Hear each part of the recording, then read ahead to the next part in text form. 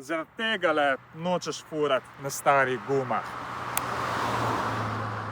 17 let stare gume, pomanjkanje ABS-a pa 70 km/h.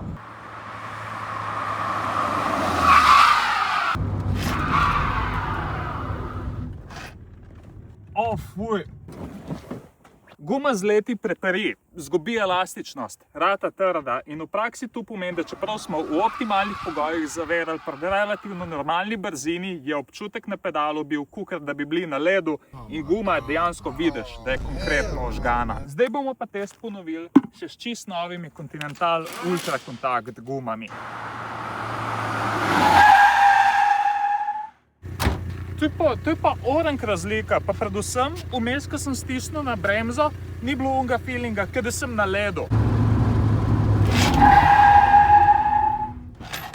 Še mičkam boljš. Zavodna pot se je, čeprav avto nima ABS-a, zmanjšala za vsaj tretjino. Mislim, ja, mi smo te merife naredili čist na uč, ampak 1, 2, 3, 4, 5.